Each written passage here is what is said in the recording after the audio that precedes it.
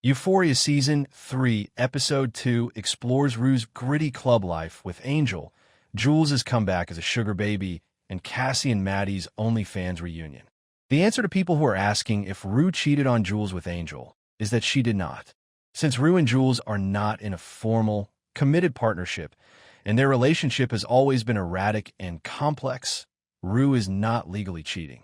Rue initially makes love to Angel, a stripper at the Silver Slipper Club, in Episode 2 of Euphoria Season 3, America My Dream, which aired a few hours ago.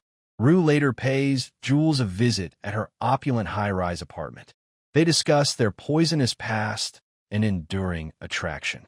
In a flirty moment, Jules invites Rue to stay with her as she draws a bath at the end of the episode.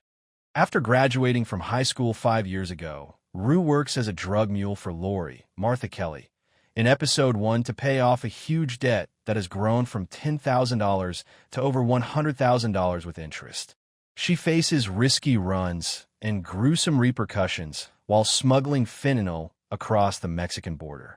Rue first impresses Alamo, the owner of a strip club, when he is sent to deliver drugs at a raucous party. However, when Tish, one of the dancers, dies from fentanyl-laced tablets in the delivery, Rue is put in grave danger. To make amends and get away from Lori, Rue begs for her life, makes it through the Apple shootout, and eventually worked for Alamo at the Silver Slipper. While Jules is described as leading a new lifestyle as a sugar baby, parallel stories depict Cassie exploring provocative OnlyFans content for her ideal wedding. Rue oversees operations, sells pharmaceuticals, and performs unglamorous jobs like unclogging toilets. She meets Tish's best friend and dancer, Angel, who got high on fentanyl-laced drugs in the earlier episode. When Rue tells Angel the truth about Tish's death, which Alamo had concealed by saying she just ran off, Angel is distraught. Angel's work at the club is impacted by her emotional slide. The two immediately become close over drugs and partying. Following their shift, they have a passionate sexual experience in the back of Rue's van, during which Angel praises Rue's abilities. Rue persuades Alamo to pay for Angel's treatment as his addiction gets worse. Rue personally takes a distraught and sobbing Angel to Hope Springs rehab. The drop-off raises suspicions because there are no official check-in papers, no appropriate intake procedure, and the personnel appear uninterested but familiar with the Alamo. Angel makes a concerned remark about how many people go missing in California and demands that Rue return for her. After leaving Angel there, Rue notices a strange car waiting nearby and telephones Bishop to voice her concerns. Rue professes to be California sober, avoiding the toughest drugs that could ruin her life, but still struggling with relapse triggers depicted in flashbacks. This emphasizes her mix of club responsibilities, self-preservation, and reluctant attempts to assist others. Engaged to Nate and preparing for lavish nuptials, Cassie explores provocative OnlyFans content, such as adult baby and kink-themed images of her body with ice cream dripping suggestively, which were taken in the front yard by her maid. She becomes irritated by low involvement, which prompts further in-depth discussions about identity. But who am I? As well as marketability. She gets in touch with Maddie again to ask for strategic guidance. Maddie, who supports her family by working as an assistant at a talent agency, offers advice on raising Cassie's reputation based on her experience overseeing lucrative OnlyFans creators. But when the account starts spreading rumors at one of Nate's investor parties, he becomes enraged and insists that Cassie remove everything to save his reputation.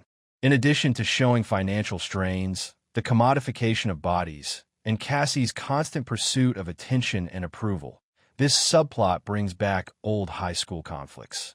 Additionally, Nate conducts events to win over investors while concealing the entire scope of his problems, and he owes a dangerous contact $550,000, growing by $50,000 every month, for a project that has stalled.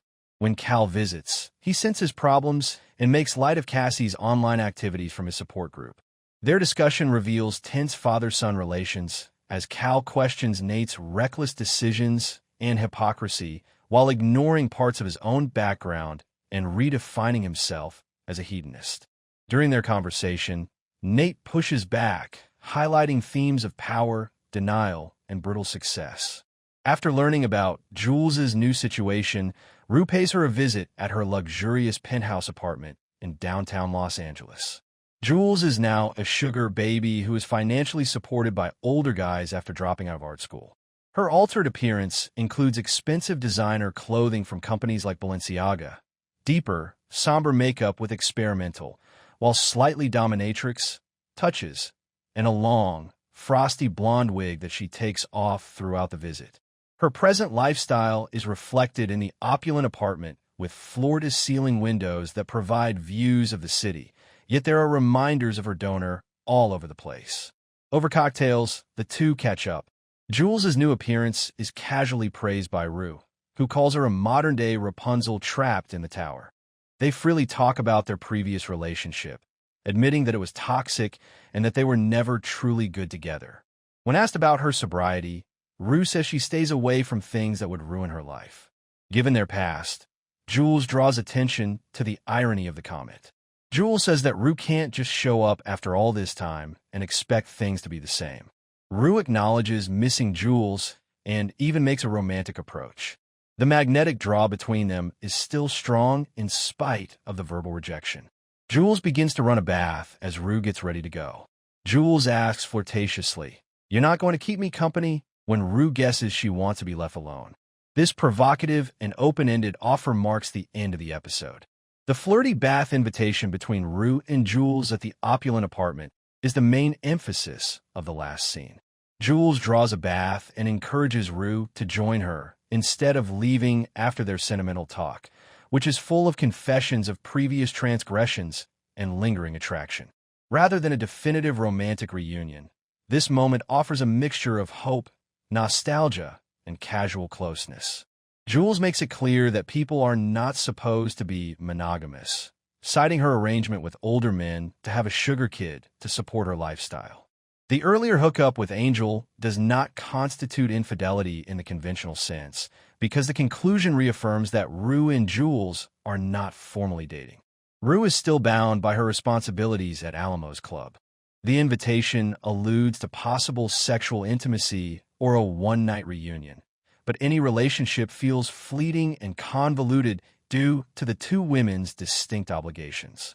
Their position is left unsettled in the conclusion, which sets up future drama while balancing comfort with the character's well-known dysfunction. It emphasizes themes of exploitation, reinvention, and the challenge of defying conventional wisdom while pursuing variations of the American dream. As pigs are unleashed at Laurie's property with a Remember the Alamo flag, indicating problems for Rue's club world, the episode also ends with a sense of growing violence. Hope you enjoyed the video. Don't forget to like, comment, and subscribe for more deep dives like this. See you in the next review.